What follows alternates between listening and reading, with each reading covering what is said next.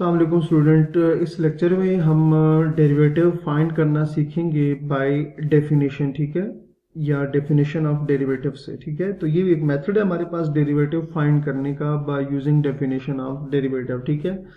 अच्छा, इसके कुछ स्टेप्स हैं, वो स्टेप्स हम फॉलो करेंगे तो हमें डेरिवेटिव ऑफ द फंक्शन मिल जाएगा। जो फर्स्ट स्टेप है वो क्या है, हमने फाइंड करना होगा find F of x plus delta x आपने फाइंड करना होगा, ठीक है। मैंने पहले डेल्टा एक्स इस तरह से यूज़ किया था, तो डेल्टा एक्स इस तरह से भी लिखा जा सकता है, तो आपकी मर्जी है।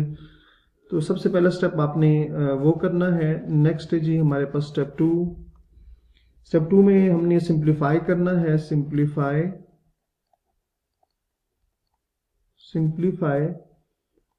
F of x plus delta x minus F of x, हमने इसको सिंप्लीफाई करना है, ये स्टेप टू होगा। स्टेप थ्री में डिवाइड, स्टेप थ्री में क्या करना है, divide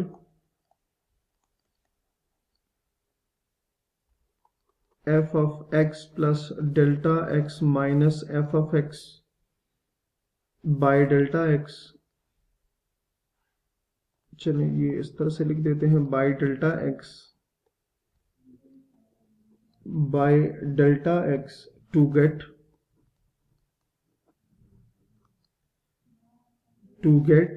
F of x plus delta x minus F of X divided by delta x and simplify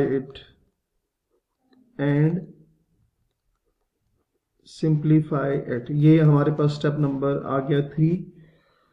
next step number 4। Step number 4 में हमने क्या करना है, find limit delta x approaches to 0 f of x plus delta x minus f of x divided by delta x, ठीक है। तो ये हमारे पास क्या है, अगर हम इन 4 स्टेप को फॉलो करें किसी फंक्शन को लेकर, तो उस फंक्शन का डेरिवेटिव निकल आएगा, और इस मेथड को हम कहते हैं कि डेफिनेशन ऑफ डेरिवेटिव, ठीक है। इसके कुछ और नाम भी हैं, वो भी हम देखेंगे। The method of finding derivatives by this process, the method, कि इस मेथड से डेरिवेटिव फाइंड करने को the method of finding derivatives by this method, derivatives by this process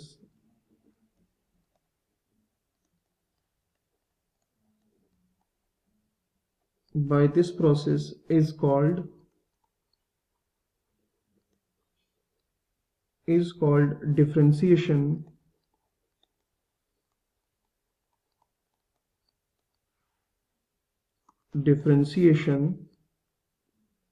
by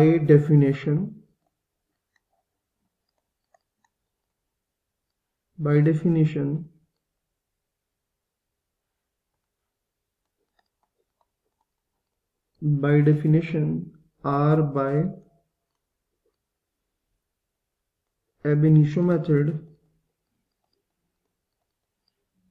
ab initio or from first principle,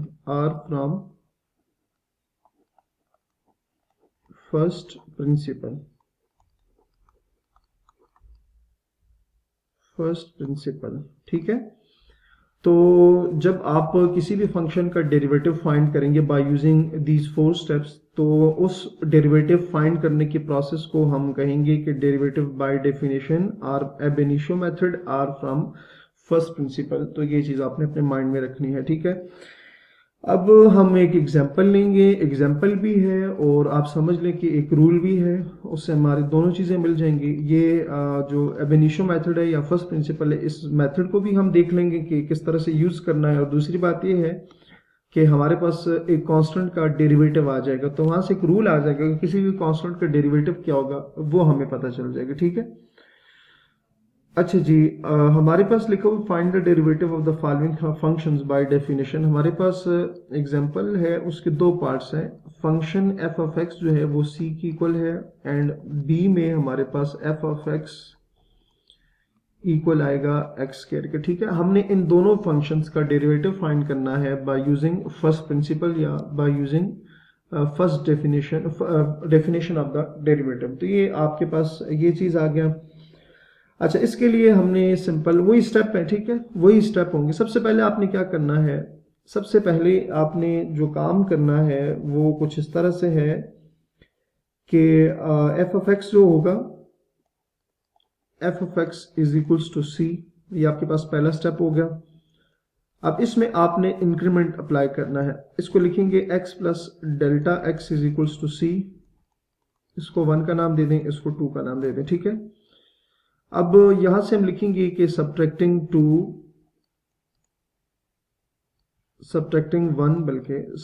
1 from 2। तो left side को left से minus करेंगे और राइट साइड को राइट साइड से माइनस करेंगे। तो एफ ऑफ एक्स, स्टेप्स वही फॉलो हो रहे हैं। ठीक है, आप देख सकते हैं वही फॉलो हो रहे हैं। F of x c minus c आ जाएगा, तो f of x plus delta x minus F of x is equals to क्या आ जाएगा, 0 आ जाएगा। तो वो स्टेप भी साथ साथ देख लेते हैं। पहला उसमें स्टेप क्या था कि find F of x plus delta x, तो हमने वही काम किया। यहां आप देखें, F of x plus delta x हमने फाइंड कर लिया।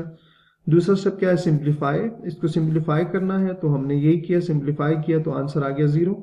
ठीक है, तीसरा स्टेप क्या है कि divided F x plus delta x, इसको डेल्टा एक्स के साथ डिवाइड करना ये। ठीक है, तो यहां तक हम कर चुके हैं। इसको सिंप्लीफाई किया ना हमने, सिंप्लीफाई करने से ही आंसर आया ना 0। तो नेक्स्ट स्टेप क्या है कि अब आपने इस वाले स्टेप को, स्टेप नंबर 3 जो होगा, उसको डेल्टा एक्स के साथ डिवाइड करना है, तो वो भी हम कर लेते हैं। तो हमारे पास क्या आ जाएगा, F of x plus delta x minus F of X divided by delta x, तो इधर 0 बाय डेल्टा एक्स आ जाएगा। सिंप्लीफाई करने से F of delta x minus F of X divided by delta x किसकी इक्वल आ जाएगा, 0 की equal आ जाएगा।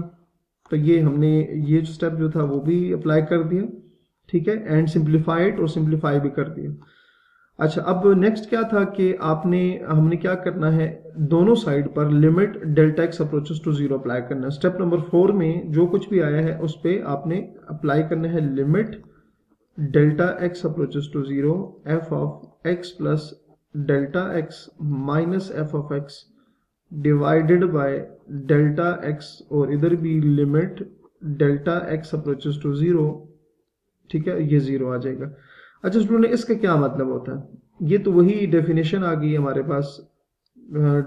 ये बेसिकली क्या है, ये हमारे पास डेफिनेशन आ गई डेरिवेटिव की।